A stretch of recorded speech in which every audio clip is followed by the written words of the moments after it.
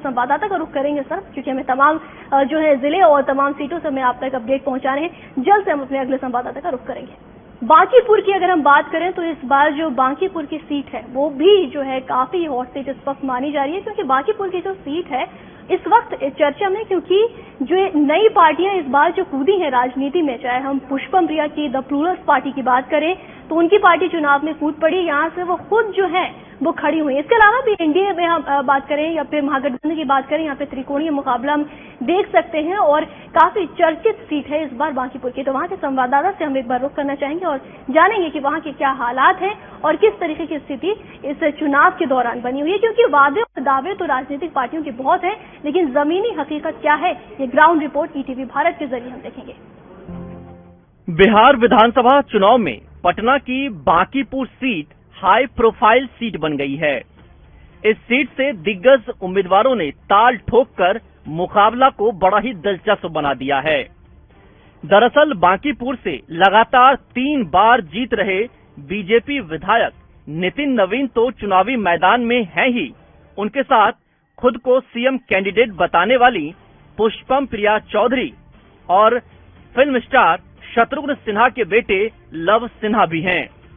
बांकीपुर विधानसभा की रिपोर्ट देखिए हमने, यहाँ पर जो बीजेपी का जो डंका है वो तो बजता ही रहा है, नितिन नवीन तो है ही, लेकिन उसके बाद अगर हम बात करें तो पुष्पम प्रिया चौधरी जैसे फेस भी इस जो सीट पर है वो खड़े हैं, क्योंकि वो खुद को बिहार के सीएम का कैंडिडेट बता रही है, अगला सीएम बता रही है। उन्होंने कई तरीके के वादे और दावे अपने मैनिफेस्टो में किए हैं, तमाम तरीके की उन्होंने विकास को लेकर भी बातें की हैं।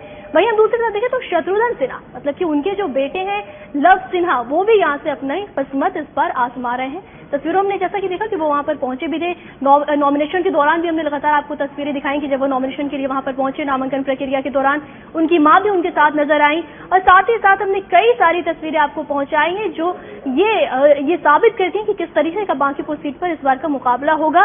बीजेपी के वहां पर पैठ है, नए जो लोग हैं वहां पे, नए चेहरे जो सीएम उम्मीदवार बता रही है पुष्पम प्रिया खुद को, वो है वहां पे, उसके अलावा लव सिन्हा है। लेकिन अब देखना ये होगा कि ये जो 3 बड़े चेहरे वहां पर नजर आ रहे हैं, हालांकि उसमें से एक बड़े चेहरा, 2 नए चेहरे हैं, जनता किसको अपना जनादेश देती है ये बहुत ही ज्यादा मैटर करता है।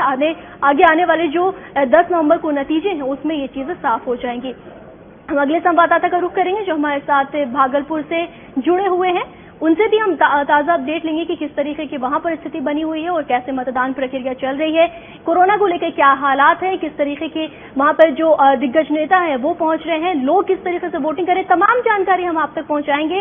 सुबह से ही हम आपको लाइव जो है वो सारी तस्वीरें दिखा रहे हैं पूरे बिहार से, बिहार के जहां जहां पर भी वोटिंग हो रही है, 17 जिलों में इस वक्त वहां पर मतदान जारी है, 94 सीटों पर मतदान हो रहे हैं। हर एक मतदान केंद्र से हमारी कोशिश है कि हर ताजा जानकारी, हर ताजा अपडेट हम आप तक पहुंचाएं और हम लगातार पहुंचा रहे हैं। तस्वीरें हमने जो देखी, जिसके मैं बार बार जिक्र कर रही हूं, उसमें दिग्गज नेता वहां पर पहुंचे हुए थे। तेजस्वी यादव पहुंचे थे जो आरजेडी की तरफ से सीएम उम्मीदवार हैं और जो पूर्व में है वो डिप्टी सीएम भी रह चुके हैं।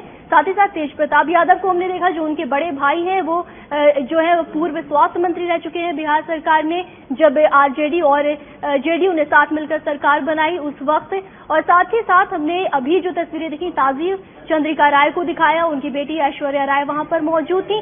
राबड़ी देवी हम बात करें तो वो खुद तेजस्वी यादव के साथ मौजूद थी। वो मतदान केंद्र दीघा में मतदान केंद्र 160 तो दोनों ही जो तेजस्वी यादव है और जो राबड़ी देवी, उन्होंने अपना वोट कास्ट किया, वहां पर मतदान किया।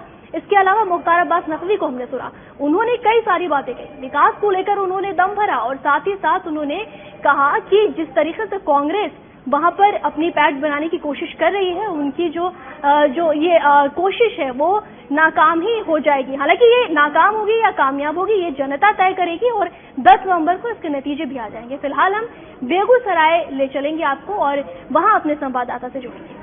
बेगूसराय से हम आपको तस्वीरें दिखा रहे हैं, वहां पर भी मतदान प्रक्रिया जारी है। वो जो वहां पे वोटिंग बूथ्स है वहां पर लोग मौजूद हैं और अपना मताधिकार का इस्तेमाल कर रहे हैं। आप देख सकते हैं महिलाओं में भी इस बार खासा जोश है। उम्मीद की आशंका जताई जा रही थी कि इस बार कोरोना है, इसकी वजह से शायद वोटिंग प्रतिशत थोड़ा डिफर हो सकता है, थोड़ा भिन्न हो सकता है पिछले चुनावों से, लेकिन ऐसा देखने को नहीं मिल रहा है। हम बेगूसराय का रुख करेंगे इस वक्त और देखेंगे कि वहां पर क्या कुछ चल रहा है।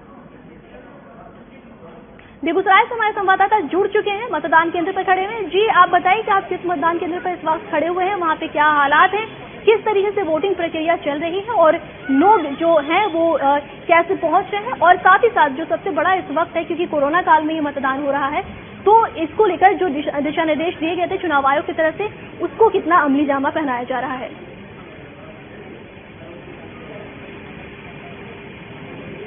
देखिए, बेगूसराय में भी जो मतदान की प्रक्रिया है वो शांतिपूर्ण तरीके से चल रही है।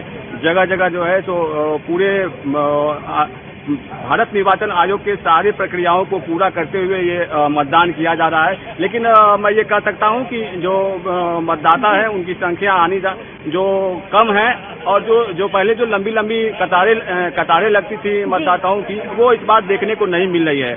हाँ, छिटपुट मतदाता आ रहे हैं और अपने मताधिकार का प्रयोग करके वो जा रहे हैं। बात रही प्रशासनिक व्यवस्था की, तो ये सारी व्यवस्थाएं जो है कहीं न कहीं से दुरुस्त नजर आ रही हैं, और जो नॉर्म्स थे, जो कोविड के जो नॉर्म्स थे, उस नॉर्म्स को पूरा किया जा रहा है। हमारे साथ कुछ लोग मौजूद हैं, हम उनसे आपको बात करना चाहेंगे कि किस तरह से लोग यहाँ कितने संतुष्ट हैं इस वोटिंग से।